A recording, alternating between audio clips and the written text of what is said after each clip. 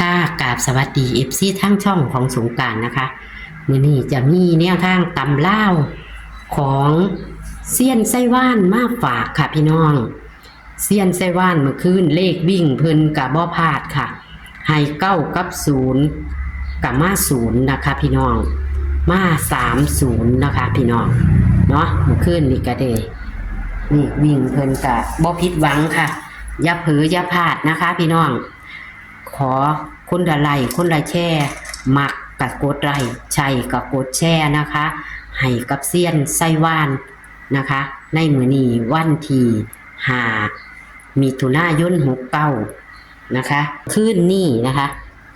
มื้อคืนนี้นี่แหละค่ะวิ่ง9กับ0กับมา0นะคะพี่น้องจับคู่บ่เข้าเพิ่นจับคู่ให้40นะคะลงแต้ม130นะคะพี่น้องเอาจะเป็นตัวใดนั่นมื้อนี้วันที่5มิถุนายน69เฮาไปรับชมรับฟังเสียงสัมภาษณ์นิดๆหน่อยๆกันได้เลยค่ะ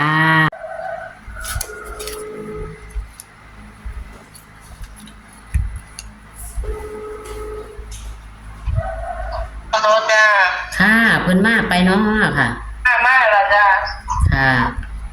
เราตำราคือเก่าเหรอค่ะจ้า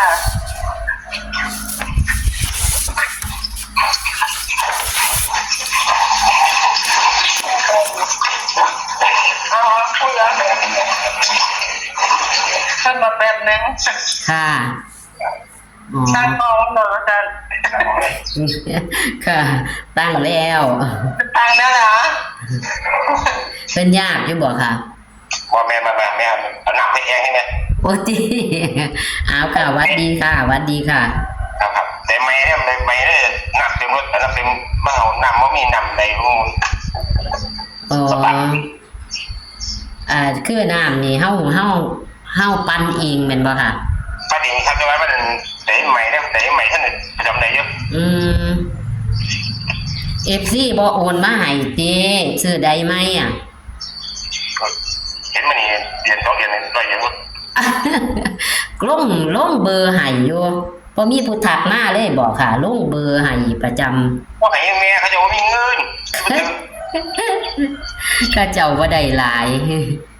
ธรรมดานะคือว่าละลีกกันคันลีกลาวเขาเจ้าก็สิบ่ลิ้นหลายเนาะดังเพิ่นใหม่กันเพิ่นเนี่ยแต่ว่าเฮาให้เฮาทำบุญว่าติเฮาเป็นสะพานบุญให้เพิ่นแล้วว่าติท่านบุญแม่แต่ว่าผู้เองบุญบ่มีกินเดี๋ยวก็มีค่ะเอาถือไปเรื่อยๆก่อนบ่แม่ดูฮักคนค่ะฮักนี่มันที่16แม่ลงไปครับวันที่16แม่อันเซียนจังได๋จังข่อยไปหลงลบออกแม่อยู่เดี๋ยวนี้แม่ข่อยเลยเงือดหลายเพราะว่ามันเต็มมันเต็มไปลบออกสิมาโหลดโหลดลงแม่จังได๋จะไปลบออกบัดนี้แม่โทรศัพท์มันนั่นเคียงแล้วก็ถือมันหน่อยมันก็เต็มแม่ซื้ออะไรเองก็มันก็มี2เครื่องอยู่แต่ว่ามันทางอันตัดเฮ็ดอัน YouTube ช่องอันเดียวเนาะโอ้ยว่าสนุกข่อยสิไปเว้าเอานั่นแล้วข่อยสิเว้าเอาข่อยก็สิบ่สัมภาษณ์เจ้าอีกก็สิไปเว้าเอาเท่าแล้วเป็นเลขของเจ้าคือเก่านะเพราะว่าได้เขียนไว้อยู่แต่ว่าหันตอนสัมภาษณ์พันไปลบแหมเราไปทำเอาไปไหมเอาอันนี้ป่านี้หมู่บ้านนี่มันเข้า0เนาะแม่นบ่วิ่ง9กับ0มา030จับคู่พัน40ลงแต้มเอาไหมค่ะวิ่งไม่เอาต้องกินเลย2กับ7ค่ะเก็บจริงนะ 74 12 72 70 70แม่70ค่ะ70ที่6 46ที่7ที่8นะ 47 48แม่เอาข้างบนแม่ข้างบน ของอุบล เอาที่ไปเย็นเนี่ยเอาไปของข้อหนาได้ไหมข้างหน้า ฮะ ล่างนี่ล่างข้างบนเลยล่างข้างบน ค่ะล่างอุบล เอาเจ็ดเงาแล้วมันเลยเงาตรงเลยไหมเพราะคนเนี่ยไม่เอา72 72 73 73 74 74 3ตัว027เนี่ย อัน3ตัวของเฮาเป็นบ่ เดี๋ยวกันเนี่ยเดียวกันครับ 027อันใดก็ 627 6627เนี่ยนะ โอ้ยโทรศัพท์ก็ตัดออกโอ้ยแค่อยากหัวแห้งตัดไปบางหันจักได้บ่บุก็ค่าแตะกลุ่มเบิกกลุ่มเขียน คันว่าแอดมินกับทุกข์ อยากหัวแห้ง โทรศัพท์ก็บ่มีปัญญาซื้อใหม่ดอกเสียนเด้ย ที่เขาบอกจะให้ตัวคล้ายคือแบบว่า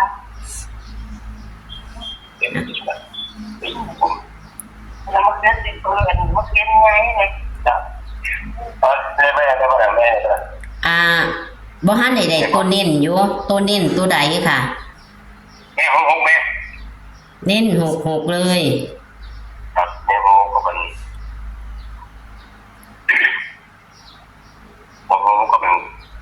็นกินตรงไหมโอเค ค่ะ โอเคแม่โอเค อันจะบอกเกรด2นี่บ่แม่น2เกรด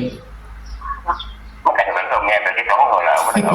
ที่2โอเค ให้เบิ่นขับเอา แต่ว่าตัวเลขวิ่งมันมา2กับ7อยู่ สารภาพแล้วเอาของครับ กับ72พี่น้องเพิ่นไปแล้วเสี้ยนก็ฟ้าวพี่น้องเอ้ย ไปแล้วตัดไปแล้วเสี้ยนเพิ่นก็ฟ้าวอีหยังบ่มื้อนี้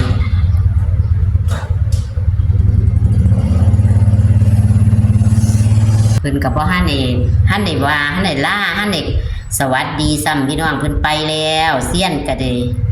นี่ล่ะค่ะคือเลขตัวเลขแนวทางของเพิ่นมีหอดรางอุบลเด้อค่ะพี่น้องแต่ว่ามื้อคืนนี่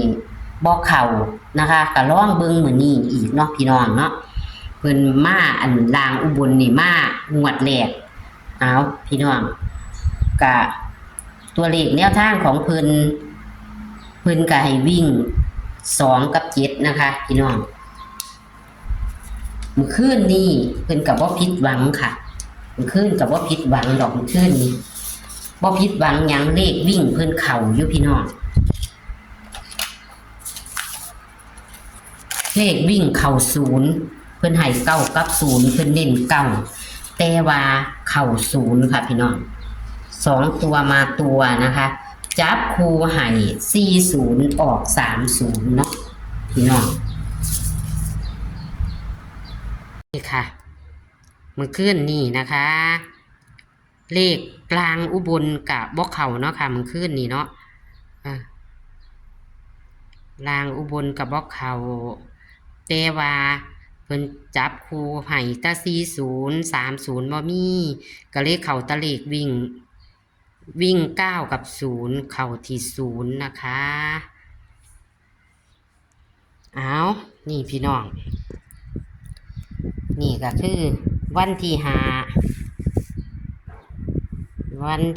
5นะคะ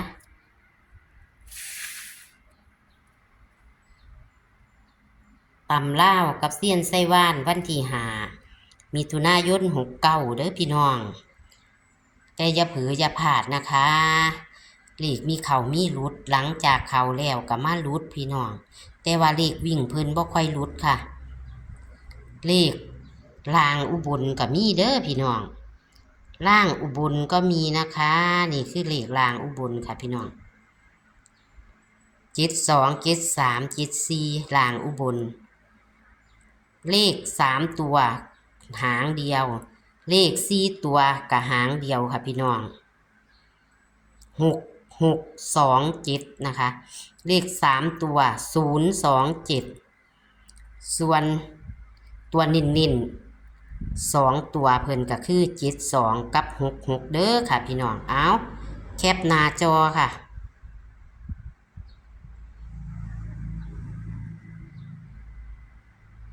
นี่คือตัวเลขแนวทางของเซียนไส้ว่านต่ำล่าวงวดประจำวันที่5 มิถุนายน 69วันศุกร์นี้นะคะมื้อแลงจะเป็นตัวใดเฮามาล่อลุ้นกันค่ะพี่น้องอย่าเผลออย่าพลาดค่ะบ่เข้างวดหนึ่งจับคู่อาจจะเข้ามือหนึ่งนะคะพี่น้องเอาขอคนอะไรคนใดแช่เหมือนเดิมค่ะให้กับเซียนไส้ว่านเหมือนเดิมค่ะพี่น้องเอาคลิปนี้ก็ฝากไว้ซ้ำนี้ค่ะสวัสดีค่ะโชคมันค่ะมื้อแรงนี้